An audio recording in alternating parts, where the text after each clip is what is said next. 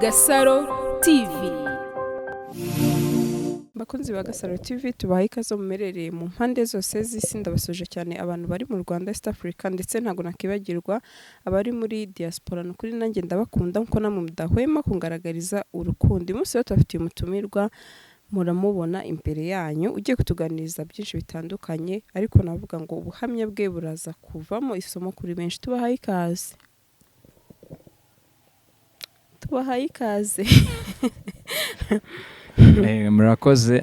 Kutari hano se. Murakoze, nitwa Ngarambe Hassan. Nkaba ari nje mutumirwa wanyu ku Gasaro TV uyu munsi, kandi ndishimye cyane kuba nahageze, kuba mwanyakiriye warmly. Byanshimishije nje nk'umuntu wari usanzwe nakurikirana Gasaro bya hafi gutya kuri YouTube, none kuba ari nje mutumirwa na karusho. Murakoze cyane. Niyo mpamvu wari wibuze. For a moment ntago nari mari. Mbese ndwaye ikaze mbona urahandi hantu. Cyaze murakoze kuba mwamaye ikaze nanone. Ni mu rugo. Ntago nari mari kubera numvaga ari ibintu bitangaje kuba ndahanga maze iminota myinshi cyane ntari kubyiyumvisha, kandi mwakoze cyane kuba mutwakiriye. Merci kwakira ubutumire bwacu. Amakuru hasa? Amakuru ni meza. Meze neza. Urebye nta kibazo, ni hejuru nyine. Hassan se ni muntu ki? Ni umusore, ni umupapa? Hassan ni umusore. Ushobora no kuri garçon père. Niko numvishe Junior avuga. Garçon père bishatse kuvuga ntago nize muri France. Ni umufemeri. Junior numvishe bango ni garçon père. Nyine uri umupapa wabyaye. Ntago ndagerageza nyine kuba na kwiyumvisha ko nakubaka urugo cyangwa se ngo mbyare ku ruhande nibirambaho. Abagerageza gukubagana. Byaterwa n'ukuntu babyumva nyine gukubagana, ariko nyine ngewe icyo nakise gukubagana ni ukuvuga ati wagize uteye inda cyangwa se ufashe umwanzuro wo kuvuga tubaye papa. Hoya ntago biranzamo tu, ntago ndatera inda, ndacyari umusore. Cyamusore. Uvuka mu muryango w'abana bangahe? Kwa papa turi benshi koko. Kuri mama navutse ndi njyenyine. Hari umuntu nzi muje amateka, he is my best friend, ariko no kwihangana. No kuvuga muri abana bavukana ariko badahuje wenda ababyereka mbyite gutyo. Nyine navuze ko turi abana benshi, urumva kwa papa tudahuje mama. Ugasanga mama umwe afite abana nka batatu, undi afite barindwi, gutyo nyine turi benshi byo pe. Turi benshi. Papa ni umumizira. Nawe? Njyewe numvishe izina Hassan nyine naryiswe na papa nyine tumaze guhura, ubwo hari 2007 nibwo nahuye na papa wanjye. Amazina nitwaga mu Rwanda yari Ngarambe Brandit, ariko we nyuma yahise anyita Hassan rya Brandit rivaho. Hanyuma sa numvishe umusore ufite ubuhamya navuga butangaje cyangwa se bubabaje. Ndashaka none twinjiye mu kiganiro nyirizina. Hassan yanyuze mu buhe buzima, kuko uyu munsi hari umwana uri kukureba akabona umusore w'amadrip nyine. Akavuga ati umusore shayi byaranezerewe byaciyemo, ariko uyu munsi uri gusmilinga ko hari igihe in the past wigize kurira. No kuvuga ati na right now nyine urumva nago navuga ngo meze neza ko hari ukuntu byanya affectingemo till now. No kuvuga ati njyewe navukiye mu Rwanda 95, nkurira mu Rwanda bigeze 2007 nibwo urumva nakuze mbona mama gusa ntazi papa. 2007 nibwo papa yavuze tarashaka kumbona. Ngenda ntishimye mvuga ati ngiye guhura na papa. Ntago ajya goza mama ati se daddy abahehe cyane ko ari umazenda guca nyine urumva nari nkiri muto. Niyo namubazaga niyaburaga ikinanje jishaho cyasa gahita hindura ikiganiro, kandi sinari kumwizirikaho cyane ngo mbimubaze. Gusa njyewe nakundaga kumubona mu mafoto. Then inyuma nibwo 2007 yiyongoje aravuga atarashaka kumbona. Yamamaga yavuga ati nje kwigira i Bugande. Ndagenda nzi ko nzahura na papa uri so caring, uri hafi yanjye cyane. Bikaba umunezero nk'uko undi mwana wese bikeka muri make agiye guhura n'umubyeyi amaze imyaka hafi ngahe yose atabonana n'umubyeyi wiwe. Ngezeyo naratunguwe, byarantunguye. Papa ni wa muntu ufata abana agiye afite mu gasozi benshi akagenda akaduhuriza ku mumama umwe tukabaho ngaho. Narahageze nsanga hari abanduta abato kuri njyewe, ewe nsanga hari n'abakiri mu nda bataravuka ntari mbizi. Urumva nk'umwana we bita bikudisappointinga mu kuntu ko hari ukuntu nge niyumvishaga nyine ngiye kuba daddy's boy, kugira numvaga ngiye kumuba hafi cyane akajya nyita, ariko byarantunguye nyine nyisanga abana benshi. Anyway, ku rundi ruhande bima ibyishimo, urumva nari ngiye guhura n'abantu duhuje. Ngeze kwa papa rero, papa ni wa muntu udakunda kuba ari mu rugo, akora isafari ntago aba ahari, urumva ari guhiga by'abagabo, aba arimo arahiga bya kigabo. Urumva twabaga turi kumwe na mukadata igihe kinini, abakuru bageraho abenshi kuko babonaga kubana na papa bibagoye, rimwe na rimwe ba mama babo bakahabakura. Sorry, ikinyarwanda kirangora n'abaye Uganda cyane. Urumva abenshi bagiye bahava kugeza aho hasigaye bakeya kwa mukadata. Rero kubera n'ubwinshi twari dufite mu rugo na papa adakunda kuba hari, ntihaburaga ibibazo. Ugasanga rimwe papa iyo yatahaga ugasanga bari kumuregera ati Hassan iki n'iki, buriya yakoze iki n'iki, ariko cyane cyane yakundaga kunyibandaho cyane. Kuko ndibuka hari igihe kimwe papa yatashye, mukadata atangira kundega ibintu nari nakoze byinshi naranabyihanganiraga, ariko rimwe yigeze kumubwira ati Hassan ngo nagerageje kumufata ku ngufu. Ibyo byabaye ari uko yari ari gukubita murumuna wanjye, birambabaza. Murumuna wo kwa papa? Wo kwa papa, birambabaza cyane. Nje kumutabara nanjye mbigenderamo, arankubita ku rukuta, ngira ikibyimba inyuma ku mutwe. Muri makeya we yabonye ari buburi ikintu amwisobanuraho, cyane ko byanabaye papa ari hafi gutaha. Ahita amubwira ngo ngiye nagerageje kumufata ku ngufu, ngabona ngo nibwo yitabaye ngo arankubita ngo urukuta, ariko ntago ariko byari bimeze. Na n'ubu nabyita ko bimpontinga, biranyataka muri make, ndabitekereza nkumva birambabaje, kuko urebye imyaka yari afite none n'ukuntu nge namufataga nka mama wanjye, kumva ati nge nagerageje kumufata ku ngufu, birambabaza na n'ubu, birambabaza pe. Urumva nabanye na mukadata cyane. Mwamara igihe kingana iki? Kuko urumva nagiye Bugande 2007, mvayo 2015. Icyo gihe cyose twabanaga na mukadata 8 years. Urumva nabanye nawe igihe kinini gishoboka pe. Akajya yakundaga kumbeshyera bimwe nihanganira n'ibindi natihanganira, maka aho byigeze kugera aravuga ati rwose mu rugo ngo ntago azongera kutwitaho. Ni nyuma yuko bari bamaze gusereramo na papa atakiza cyane mu rugo. Urumva we yari afite abagore benshi, yahitaga ajya kwibera ahandi. Urumva twe ni nkaho yari stress hamwe akajya ahandi. Urumva ni nkaho twe nabyita ko yari ameze nk'udutaye, kuko we yahise afata umwanzuro arigendera, tubwiye abana ati cyase ni muze tujyane. Hoya usibye ko atari na wa muntu wicara n'abana ngo aganire nabo, we ni wa muntu uza bita azaraka akabaganiza, se mwari mumeze mute, niba wenda hari n'akantu yarakuzaniye, nuko nyine nirwo rukundo rwe nabonye, nakwita ko ari rwo rukundo rwe. Ubundi yahitaga ahamara iminsi 2 agahita akomeza. Urumva nirirwanaga cyane na mukadata, niwe nakubwira stories we cyane kurusha uko nakubwira iza papa. Maka rimwe aho yageze aravuga ati mwebwe muri uru rugo nsigaje ndabacumbikiye gusa, nta kintu muzakoresha, haba amazi, haba ibiryo, haba iki, ni ukujya muza mukaryama gusa. Ubwo hari umuturanyi wari inshuti yanjye byatari, yari afite umwana nawe bitaga Hassan. Uwo mumama rero namufataga nka mama wanjye.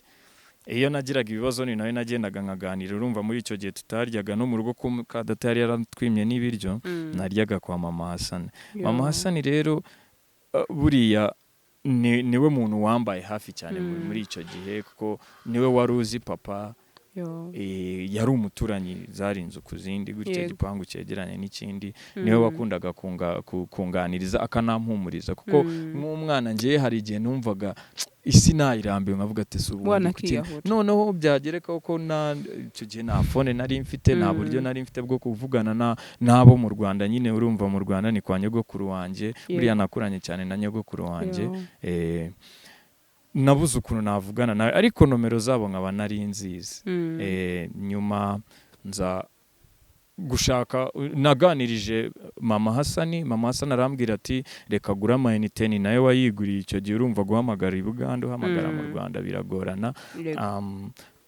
amamagarira mukecuru mu Rwanda aramuma turavugana yamaze no kubimusobanurira mu bikeya mukecuru ndibuka neza ko namubwiye ati ebana njye aho bigeze nutaza kumfata hano njyewe ubwanjye ndaza kwifatira inzira nze mu Rwanda n'amaguru urumva ibintu ni byinshi byagiye biba hagati aho bimwe na bimwe mba ngira n'isoni zo kumva ko ntabivugira kuri kamera gutya abantu benshi bari bibone biranje nanjye nk'umuntu ni byinshi pe gusa muri make yanjye ngize umugisha wo kuba naza ku Gasaro TV okereka mbyite ko ngize umugisha hari benshi bari hanze aho bafite ibibazo birenze n'ibi byanjye banababaye kurusha njyewe bakabaye babona uyu mugisha wo kuza nabo bakaganira ariko bidashoboka reka mbabere ijwi ni benshi pe ni benshi bafite ikibazo nk'iki cyanjye urumva rero nyuma yaho njyewe naje kuva i Bugande ndaza nari ndangije senior 6 ndaza mu Rwanda ngerageza ibintu byinshi pe byinshi cyane kuko ndibuka nyivayo nabanje kujya mu igaraje biranga si ukuvuga ngo ati ninjye wirangayo cyangwa se ikihoya mu igaraje byanze kubera abantu bo mu igaraje bari bafite ibintu by'amategeko menshi nagerageje kandi urumva nabaga no kumuma mutari mama wanjye nari nangiye kuvuga ati mvuye mu rugo nangiye kwihigira mu igaraje ndagerageza biranga nza kuva mu igaraje n'impamvu nyinshi zatumye mva mu igaraje ariko nyine mvuye mu igaraje nagerageje no kuba abenshi bari bumbone wenda hano ku Gasaro TV baravuga ati turamuzi kuko nabayeho n'umubyinnyi hariya Nyabugogo mbyina mu bubari nabwo ndi guhiga ubuzima nabwo biza kwanga kubera n'iki gihe cya corona none n'iki gihe turimo cya corona cyo guhiga akazi biragoye akaba ari nacyo kituma nishimye cyane kuba nje aha ngaha urumva igihe turimo cya corona kiragoye nta kazi ntaki kandi nkaba ndi umusore mvuga ati wenda ndakuze ejo bundi wa mugani nk'uko wabajije ati ndi umujene n'iki hari ukuntu wagira ugasanga unateye inda nta kintu uriho uri hasi birajenana rero njye nk'umusore ubu ngubu ndi kubana n'umusore mugenzi wanjye unzi kuva kera twanaganiriye story yanjye akayumva ni nawe musore wambwiye ati ibyo bintu uri muri ajarajaramo by'akazi byanze urabona turi no muri corona akazi karabuze ngwino tube turi kumwe muri make ubu ngubu ni umbereye mama kambera na papa urumva ni umbaye hafi birajenanye ariko nta kundi no kuba mbivuga byonyine birambangamira ariko nta kibazo kuba ndi kubiganiriza abantu ndabizi ko hari benshi bafite nibirenze kuri ibi byanjye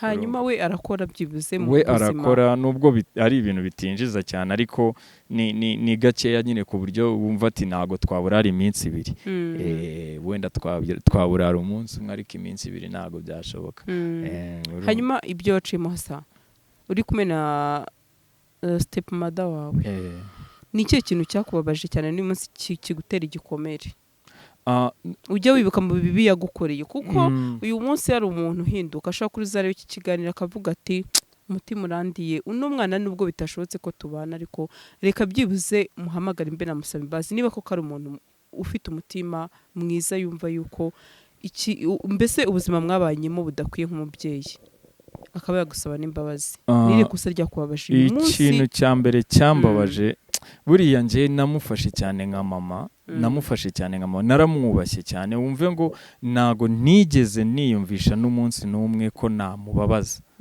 cyase ngo mwubahuke oya nibinabaho sinigeze mbyiyumvisha ariko kuba yarafashe wenda yarandegaga rimwe na rimwe ibyo nakoze n'ibyo ntakoze ti urumva abana turakina cyane hari n'ukuntu mwakina ugasanga umennye ikirahure bakakurega wabikoze nta kibazo ariko kuba yarafashe umwanzuro wo kuvuga ati nge nagerageje kumufata ku ngufu noneho nyuma ari uko nge nanababaye yari yankubise ndabyimba ku mutwe hano inyuma ariko we ahita avuga ati njyewe ngo nageragezaga kumufata ku ngufu na n'ubu iyo mbitekereje birambabaza muri ni sinabyikuramo muri make byonyine kuko twebwe i Bugande ukuntu basuhuzanye iri kumwe n'umubyeyi urapfukama hasi yabivuze mfukamye imbere ya papa na n'ubu iyo shusho niyamva mu maso ukuntu papa yahise andeba mu maso ni nkaho we yahise abyiyemeza yahise abyize kuko nabyita ko yamukundaga cyane hajati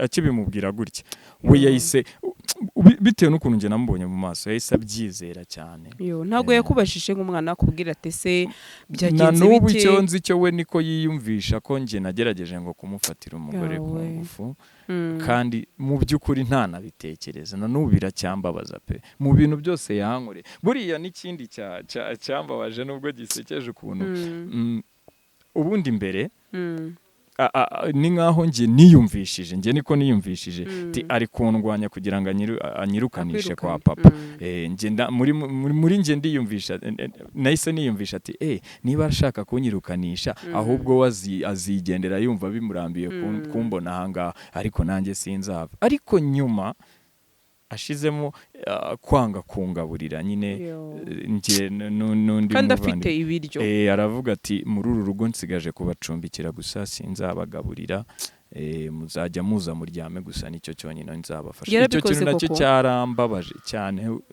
niba wibuka neza nakubwiye ko natangiye kuzajya ndya kwa mama Hasani uwo mubyeyi wankundaga cyane ko nitiranwaga n'umuhungu wiwe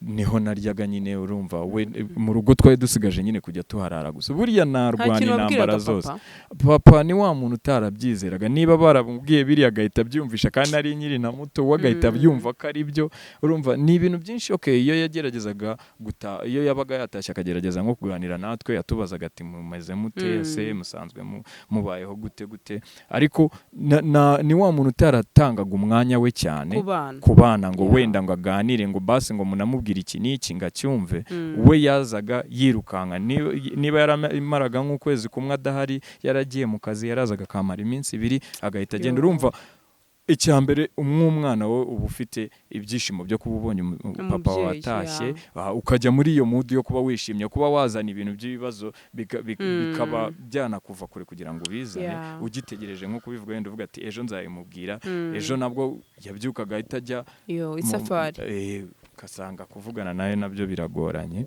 hanyuma nyuma yaje kumenya ukuri nyuma naje kubimuganirizaho kuko yaje naratunguwe njya kuva mu rugo ntabwo nabimubwiye kuko n'ubundi nari mbizi ko nimbimubwira atari bunyemerere ni wa muntu utarakundaga abana kujya guhura na ba nyina babo cyane yakundaga ko dukurira kwa ba muka data we nyine ni imvugo yakundaga kuvuga ati umwana ukuranye na nyina ngo ngaba ari ikigoryi rero nawe niko yari yarabyishizemo yangaga ko tujyaho cyane kwa ba mama bacu urumva njyewe nahavuye ntabimubwiye nyihamagara mukecuru ngamubwira ati nutankura ahangaha nge ndaza n'amaguru yashatse ukuntu bumvikanye na mama Hasani amwohereza amafaranga anegera bisi ngarura mu Rwanda urumva ntago namubwiye papa nyuma rero aza kunyandikira ambwira ati ese ko wagiye gutya na gutya utanambwiye muri make we yarari no gutongana ambwira ati kuki ni ukwigumura ugenda ute utanambwiye ndabimusobanurira byose amera nk'ubyumvise ariko nta kintu yarengejeho yarabyumvishe gutyo gusa araceceka n'ubu ngubu kuba nicaye nta kazi mfite ndi umusore nkuze gutya wenda urumva abenshi ababyeyi bakunze kubafasha akavuga ati we nk'ukuntu wenda ari umukozi w'isafari gutyo hari ukuntu yagutigitira nk'umuhungu we akavuga ati reka ngufashe nawe ugire icyo ukora ariko njyewe byarangiriye mu kubimusobanurira gusa nta kindi kintu yigeze amfasha nta mwana ufite ubushobozi byibuze n'ubu mfite ni mukuru wanjye ari Dubai ariko byonyine iyo umwandikiye nko kuri WhatsApp umuganiriza ukimusuhuza ahita akubwira ati nta mafaranga mfite muri make we ahita yiyumvisha ko ugiye kumusaba amafaranga. Rero niyo mpamvu nawe ntakunda kumustressa cyane. Okay, yewe binjemo ndamusuhuza ntago ajya nsubiza nabi, gusa kari akantu ko kwishiramo ngo wanamubwira ati arakubaza tumeze ute, ati ntago nari meze neza ni gutya na gutya, agahita akubwira ati rero ikibazo nta mafaranga mfite, ariko upfa kuba umeze neza nta kibazo, bikaba birangiriye aho ngaho tu. Hanyuma papa uyu munsi ashobora no kuzakubona wenda kuri Gasaro TV, ni ikihe kintu umushinja uyu munsi nk'umubyeyi? Njyewe nkurikije uko mbyumvishe numvishe ko nk'umubyeyi hari responsibilities atafashe, kuba yakicara n'abana be yaganire nabo yumva ibibazo hanyuma afata inshingano nk'umubyeyi. We nka Hasani wamushinja iki papa wawe? Nje ikintu nashinja papa wanje, ubundi ntago bari byiza ko umwana yashinja umubyeyi we, ariko nje ikintu namushinja nyine nkuko bivuze responsibilities z'umubyeyi ntago yigeze azitaho. Icyambere ntago nakuranye nawe, namubonye nkuze, ariko niyigeze anama n'uwo mwanya basi ngo mumenye. Hari kwa kundi wicara n'umubyeyi ukamubona yishimye. Ntabwo nigeze mbona umubyeyi wanjye yishimye cyase ngo turicaranye ngo turaganiriye ibintu birenze. Buri gihe yabaga ari kwirukanka hejuru no hasi, ntabwo nigeze mbona umwanya wo kuganira nawe. Hanyuma uyu munsi bwo nabwo nta bintu byinshi muvuga n'umwana we. Kuba naramusobanuriye ikibazo cyanjye, nta n'igihe kinini giciyemo, naramusobanuriye ukuntu byangendekeye kugira ngo njye no kuva mu rugo, ariko kuba ataranagize ikintu yambwira ati basi Hasani reka nze nshaka uburyo wagaruka mu rugo tunabiganireho neza, atari ibyo kuri telefone, nabyo ni ikindi namushinja. Nk'umubyeyi yakabaye anyicaza tukaganira, wenda akambwira ati narahubutse cyangwa se nakoze iki n'iki, ariko nabyo niyigezamo uwo mwanya ngo basi tubiganireho. Hanyuma nk'isaha uramutse ubonye step mother wawe mwicaranye gutya, warakuze, wabavuyemo umusore mwiza, ni ikihe kintu wamubwira? Right now duhuye na step mom, nubwo mbona bidashoboka niko nje mbyiyumvisha, kuko ndumva nta gahunda mfite yo gusubira i Bugande. Oya ashobora no kuzaza mu Rwanda, isi ni ntoya in case aramutse aje mu Rwanda. Nta kintu gikaze namubwira. Ibyo yakoze yarabikoze kandi byahinduka. Ni byinshi buriya mba naciye hejuru kubera n'igihe gito dufite, gusa duhuye ntago nakwanga kumusuza n'umubyeyi kandi yanambaye hafi nkiri na muto. Noneho urumva namusuhuza, nanagerageza no kumwereka ko nta n'ikibazo, gusa ibintu bita kumwiyegereza cyane nanone nabishira kure, kuko niba yarabashije kuvuga ati nagerageje kumufata ku ngufu, ejo yavuga ko nagerageje no kumwica. Rero nibyo bintu mba ntashaka. Gusa kumusuza sinabyanga, ni umubyeyi wanambaye hafi mu gihe ntari nyiri na muto cyane, nkaba nanabimushimira pe. Gusa niba wese imbizi niba bakibana na papa, ariko niba in case nabizi uziko namakuru yabumenya. Okay, nkunze kuvugana na petit frère kuri WhatsApp gutyo, akambwira ati ubu ngubu papa noneho yabyaye. Urumva njyewe navuye Bugande, nanu baracyabyara no kuri muri benshi. Navuye Bugande, abagore biwe bonyine narinzi ni 20 abo narinzi umubare. Sure 20 abagore, ubwo abana bo urumva n'urundi. Mbabare mubwiriye asaba muri nk'abana bangagiranyije nka 30 konyine. Konyine urumva abagore niba ari 20 kandi ugasanga nka hagati wa runaka afite abana bari nka 3, abandi ni nka 4. Urumva turi benshi pe, turi benshi, kuko hari igihe twigeze no gukora umuhuro mu rugo i Bugande nyine. Twakoze umuhuro, abana ba papa bonyine nibo buzuye muri saro, kandi twari dufite saro nini byatari, ariko abana ba papa bonyine nibo bujuje saro. Barabanza barivuga, tumaze kwivuga ati ni ngiye runaka, mvuka kuri runaka, wahita gusohoka hakinjira abandi. Urumva abacu bafashe hafi saro yose kugeza aho twashiyemo nyine hinjira n'abandi. Turi benshi cyane pe, kandi nanubu baracyabyara nyine. Ariko arabyara ariko ntabitaho. Sinzi ubu ngubu nyine niba bitaho, gusa ukurikije nyine ku nkuru yanjye ntago twitaho. Njyewe ambabarire nazana byo navuga ko ari umubyeyi gito, kuko kubyara utarera njyewe mbifata nk'ubugwari. urumva niba namubonye nkuze ni icyambere nje nk'umwana ntari kumubona nkiri mutoya akamba hafi nkiri muto, namubonye nkuze nzi ko wenda turi bubane neza akajya anyitaho nyine nk'umwana ubonye se akuze, urumva uba we expectinga byinshi. Ntago byigeze biba rero nabyo.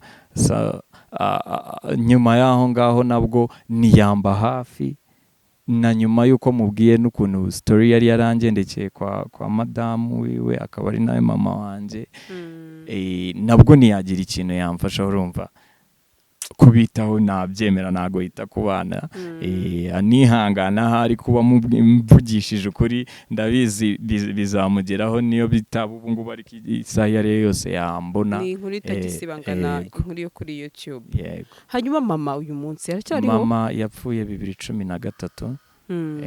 Ubu niyo mpamvu nyine wumva story ubundi byagiye no gukomera cyane 2015 ndangije senior 6. Mbona kugaruka mu Rwanda. Hanyuma iyi saha hari igihe ujya uhura n'abakobwa, sibyo? Umukobwa ukabona wenda yanagukunze mwana. Birumvikana.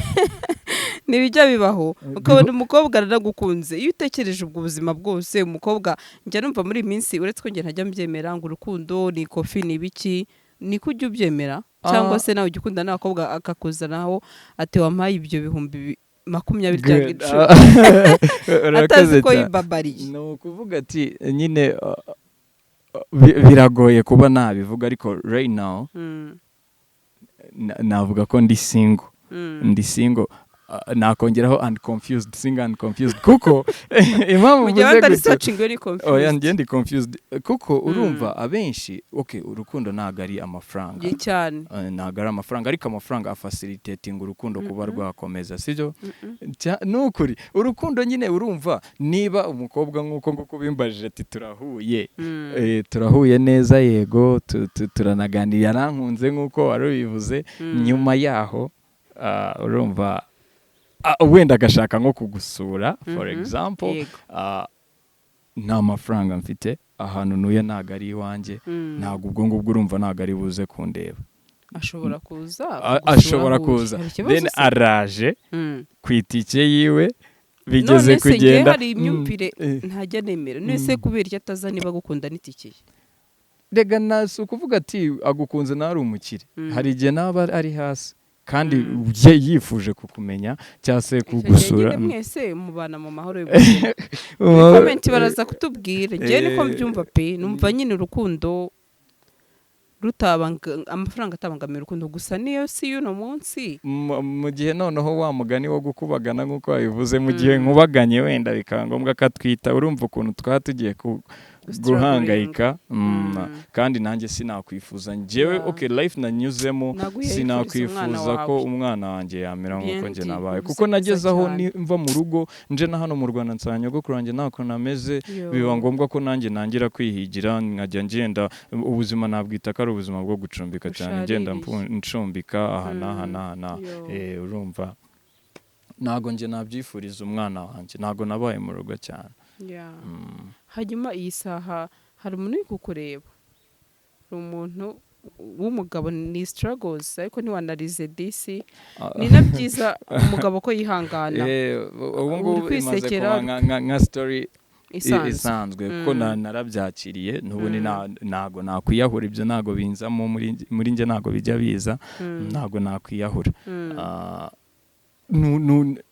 I live a life, nukubaho ukavuga ati reka turebe ejo wenda Imana izabikora, kandi ndabizi ko Imana izanabikora. Imana nimfasha bizatungana. Wenda ikintu ubu ngubu kimbangamiye kubera n'igihe turimo cya corona, kubona akazi biragoranye, rero Imana imfashije nkabona nk'akazi byamfasha. Hanyuma rumwe kugukurikira ni na benshi deja, gira icyo babwira kuri iyi saha cyangwa se icyo babisabira. Ubu ngubu ikintu nasaba ku bantu bari hanze, njyewe ndi umusore mfite amaboko yombi, amaguru yombi, nta kibazo mfite, kandi yaba ari ibikomeye yaba ari byoroshye byose nabikora. Ku muntu waba yambonye wenda akanyishimira akavuga ati uyu musore namufasha, uwakwemera kumfasha, ABANA Hasani ndahari akazi akariko kose cyangwa se ubundi bufasha bwashoboka bwose ndabushimye mu gihe biri mu gutegurwa wenda wambonera akazi cyane cyane nicyo kintu ndwaye kuko urumva niba nicaye aha ngaha na n'inote y'igihumbi mba mfite ku mufuka urumva birabangamye nk'umusore no kuri abantu badukurikiye badufashe n'uwagira n'ibihumbi 10 najya ngahe basi tuvuga ati Hasani bamuremere byibuza rye kabiri si byose yego no kuri wakoze cyane kandi nzi yuko hari icyo bazakora ndetse n'Imana izakora yego murakoze kandi wihangane imbere ni heza yego Gasaro TV.